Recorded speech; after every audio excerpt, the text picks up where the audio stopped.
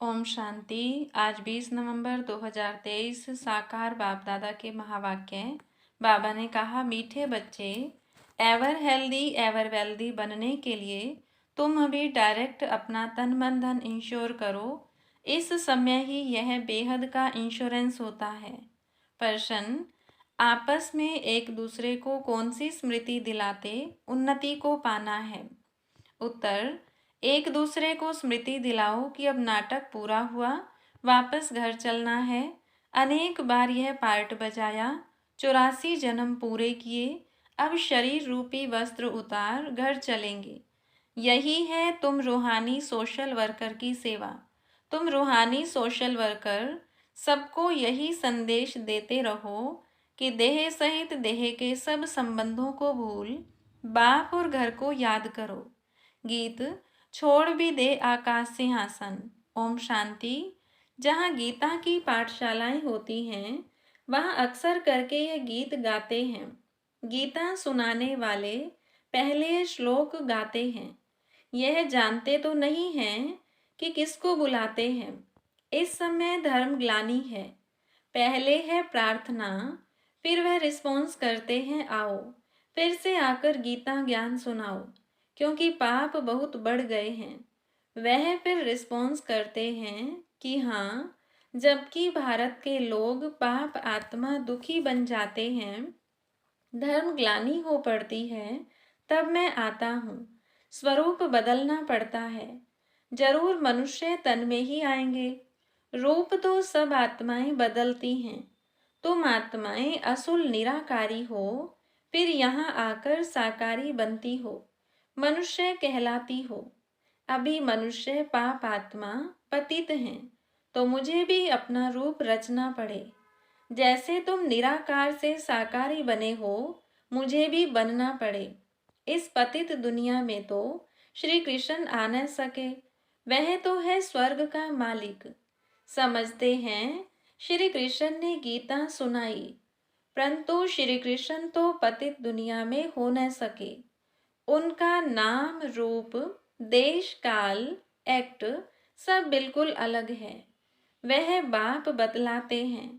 श्री कृष्ण को तो अपने माता पिता हैं। उसने माँ के गर्भ से अपना रूप रचा। मैं तो गर्भ में नहीं जाता, मुझे रथ तो जरूर चाहिए। मैं इनके बहुत जन्मों के अंत के जन्म में प्रवेश करता हूँ। पहला नंबर तो है श्री कृष्ण। इनके बहुत जन्मों के अंत का जन्म हुआ, 84वां जन्म। तो मैं इसमें ही आता हूँ। यह अपने जन्मों को नहीं जानते हैं। श्री कृष्ण तो ऐसे नहीं कहते कि मैं अपने जन्मों को नहीं जानता हूँ। भगवान कहते हैं, जिसमें मैंने प्रवेश किया है, वह अपने जन्मों को नहीं जानता, मैं जानता हूँ। श्री कृष्ण तो राजधानी का मालिक है। सतयुग में है सूर्यवंशी राज्य, विष्णुपुरी। विष्णु कहा जाता है लक्ष्मी नारायण को। कहाँ भी भाषण होता है तो यह रिकॉर्ड काफी है, क्योंकि यह तो भारतवासी खुद गाते हैं। जब धर्म प्राय लोप हो जाए, तब तो फिर से गीता सुनाऊं। वही धर्म फिर से स्थापन करना है। उस धर्म के कोई मनुष्य ही नहीं है, तो फिर गीता का ज्ञान कहाँ से निकला? बाप समझाते हैं, सत्युग त्रेता में कोई शास्त्र आदि होते नहीं। यह सब है भक्ति मार्ग की सामग्री। इन द्वारा मेरे साथ कोई मिल नहीं सकते। मुझे तो आना पड़ता है। आकर सबको सदगति देता हूँ। वाया गति, सबको वापस जाना पड़ता है। गति में जाकर फिर स्वर्ग में आना है। मुक्ति में जाकर फिर जीवन मुक्ति में आना है। बाप कहते हैं, 1 सेकंड में जीवन मुक्ति मिल सकती है। गाया हुआ है, ग्रस्त व्यवहार में रहते 1 सेकंड में जीवन मुक्ति अर्थात दुख रहित। सन्यासी तो जीवन मुक्त बना न सके, वह तो जीवन मुक्ति को मानते ही नहीं। इन सन्यासियों का धर्म सतयुग में तो होता ही नहीं है। सन्यास धर्म तो बाद में होता है। इस्लामी, बोधि आदि यह सब सतयुग में नहीं आएंगे। अभी और सब धर्म हैं, बाकी देवता धर्म है नहीं। वह सब और धर्मों में चले गए हैं, अपने धर्म का पता नहीं है। कोई भी अपने को देवता धर्म का मानते ही नहीं। जय हिंद कहते हैं, भारत की जय। भारत की खे कब होती है, यह थोड़े ही कोई जानते हैं। भारत की जय तब होती है जब राज्य भाग्य मिलता है, जब पुरानी दुनिया का विनाश होता है। खे करता है रावण, जय करते हैं राम। जय भारत कहेंगे, जय हिंद नहीं। अक्षर बदल दिया है, गीता के अक्षर अच्छे अच्छे हैं। ऊंचते ऊंच है भगवान, कहते हैं मेरा कोई माता पिता नहीं है। मुझे अपना रूप आपे ही बनाना पड़ता है। मैं इनमें प्रवेश करता हूँ। श्री कृष्ण को माता ने जन्म दिया, मैं तो क्रिएटर हूँ। ड्रामा अनुसार यह भक्ति मार्ग के लिए सब शास्त्र आदि बने हुए हैं। यह गीता, भागवत आदि सब देवता धर्म पर ही बनाए हुए हैं। जबकि बाप ने देवी देवता धर्म की स्थापना की है, वह पास्ट हो गया, फिर फ्यूचर होगा। आदि मध्य अंत को पास्ट, प्रेजेंट और फ्यूचर कहते हैं। इसमें आदि मध्य अंत का अर्थ अलग है। जो पास्ट हो गया वही फिर प्रेजेंट होता है। जो पास्ट की कहानी सुनाते हैं वह फ्यूचर में रिपीट होगी। मनुष्य इन बातों को नहीं जानते। जो पास्ट होता है उनकी कहानी बाबा प्रेजेंट में सुनाते हैं, फिर फ्यूचर में रिपीट होगी। बड़ी समझने की बातें हैं, बड़ी रिफाइन बुद्धि चाहिए। कहाँ भी तुमको बुलाते हैं तो भाषण बच्चों को करना है। सन शोज फादर, बच्चे बताएंगे हमारा फादर कौन है। फादर तो जरूर चाहिए, नहीं तो वर्षा कैसे लेंगे। तुम तो बहुत ऊंचे से ऊंचे हो, परंतु इन बड़े आदमियों को भी मान देना पड़ता है। तुम्हें सबको बाप का परिचय देना है। सब गॉड फादर को पुकारते हैं, प्रार्थना करते हैं, हे गॉड फादर आओ। लेकिन वह है कौन। तुम्हें शिव बाबा की भी महिमा करनी है, श्री कृष्ण की भी महिमा करनी है और भारत की भी महिमा करनी है। भारत शिवालय हेमिन था। 5000 वर्ष पहले देवी देवताओं का राज्य था। वह किसने स्थापन किया। जरूर उच्चते उच्च भगवान ने। उच्चते उच्च निराकार परमपिता परमात्मा शिवाय नमः हुआ। शिव जयंती भारतवासी मनाते हैं, परंतु शिव कब पधारे थे यह किसको पता नहीं है। जरूर हेवन से पहले संगम पर आया होगा। कहते हैं कल्प कल्प के संगम युगे युगे आता हूँ, हर एक युग में नहीं। अगर हर एक युग कहो तो भी 4 अवतार होने चाहिए। उन्होंने तो कितने अवतार दिखाए हैं। ऊंचे से ऊंचा एक बाप है जो ही हेवन रचते हैं। भारत ही हेवन था, वाइसलेस था। फिर तुम यह प्रश्न उठा नहीं सकते हो कि बच्चे कैसे पैदा होते हैं। वह तो जो रस्म रिवाज होगी वह चलेगी। तुम क्यों फिक्र करते हो। पहले तुम बाप को तो जानो, वहां आत्मा का ज्ञान रहता है। हम आत्मा एक शरीर छोड़ दूसरा लेती हैं। रोने की बात नहीं, कभी अकाले मृत्यु नहीं होती है। खुशी से शरीर छोड़ देते हैं। तो बाप ने समझाया है मैं कैसे रूप बदल कर आता हूँ। श्री कृष्ण के लिए नहीं कहेंगे, वह तो गर्भ से जन्म लेते हैं। ब्रह्मा विष्णु शंकर हैं सूक्ष्म वतनवासी। प्रजापिता तो जरूर यहाँ चाहिए। हम उनकी संतान हैं। वह निराकार बाप अविनाशी है, हम आत्माएं भी अविनाशी हैं। परंतु हमको पुनर्जन्म में जरूर आना है। यह ड्रामा बना हुआ है। कहते हैं फिर से आकर गीता का ज्ञान सुनाओ, तो जरूर सब चक्र में आएंगे जो होकर गए हैं। बाप भी होकर गए हैं, फिर आए हुए हैं। कहते हैं फिर से आकर गीता सुनाता हूँ। बुलाते हैं पतित पावन आओ, तो जरूर पतित दुनिया है। सब पतित हैं, तब तो पाप धोने के लिए गंगा स्नान करने जाते हैं। स्वर्ग में यह भारत ही था। भारत है उच्च अविनाशी खंड, सबका तीर्थ स्थान। सब मनुष्य मात्र पतित हैं। सबको जीवन मुक्ति देने वाला वह बाप है। जरूर जो इतनी बड़ी सर्विस करते हैं, उनकी महिमा गानी चाहिए। अविनाशी बाप का बर्थ प्लेस है भारत। वही सबको पावन बनाने वाला है।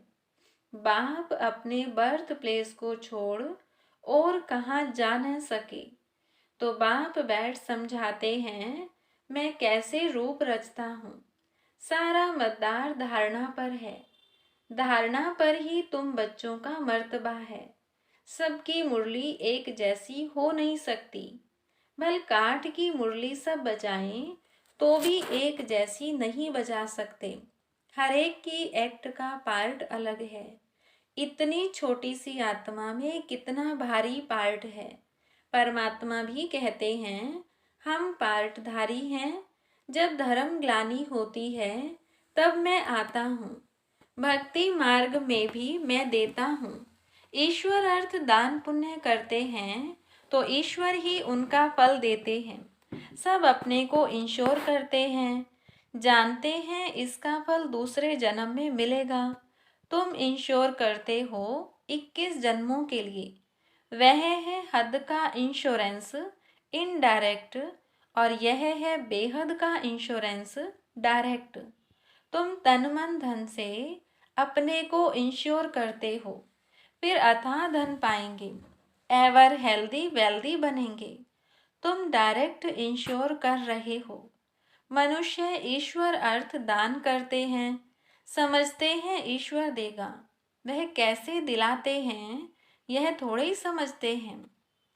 मनुष्य समझते हैं जो कुछ मिलता है ईश्वर देता है। ईश्वर ने बच्चा दिया, अच्छा देते हैं तो फिर लेंगे भी जरूर। तुम सबको मरना जरूर है, साथ कुछ भी तो नहीं जाएगा। यह शरीर भी खत्म होना है। इसीलिए अब जो इंश्योर करना है वह करो, फिर 21 जन्म इंश्योर हो जाएंगे। ऐसे नहीं कि इंश्योर कर और सर्विस कुछ भी न करो, यहाँ ही खाते रहो। सर्विस तो करनी है ना, तुम्हारा खर्चा भी तो चलता है ना। इंश्योर कर और खाते ही रहते तो मिलेगा कुछ नहीं। मिले तब जब सर्विस करो तो उच्च पद भी पाएंगे। जितना जो जास्ती सर्विस करते हैं उतना जास्ती मिलता है। थोड़ी सर्विस तो थोड़ा मिलेगा। गवर्नमेंट के सोशल वर्कर भी नंबरवार होते हैं। उनके बड़े बड़े हेड्स होते हैं। अनेक प्रकार के सोशल वर्कर्स हैं। वह है जिस्मानी, तुम्हारी है रूहानी सर्विस। हर एक को तुम यात्री बनाते हो।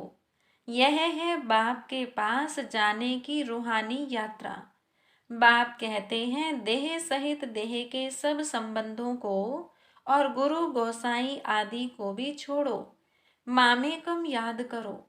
परम पिता परमात्मा निराकार है। साकार रूप धारण कर समझाते हैं। कहते हैं मैं लोन लेता हूँ, प्रकृति का आधार लेता हूँ। तुम भी नंगे आए थे, अब फिर सबको वापस जाना है। सब धर्म वालों को कहते हैं मौत सामने खड़ा है। यादव कौरव खल्लास हो जाएंगे, बाकी पांडव फिर आकर राज्य करेंगे। यह गीता एपिसोड रिपीट हो रहा है। पुरानी दुनिया का विनाश होना है। 84 जन्म लेते लेते अब यह ओल्ड हो गया है। 84 जन्म पूरे हुए, नाटक पूरा हुआ, अब वापिस जाना है, शरीर छोड़ घर जाते हैं। एक दो को यही स्मृति दिलाते हैं, अभी वापिस जाना है। अनेक बार यह पार्ट बजाया है 84 जन्मों का। यह नाटक अनादि बना हुआ है।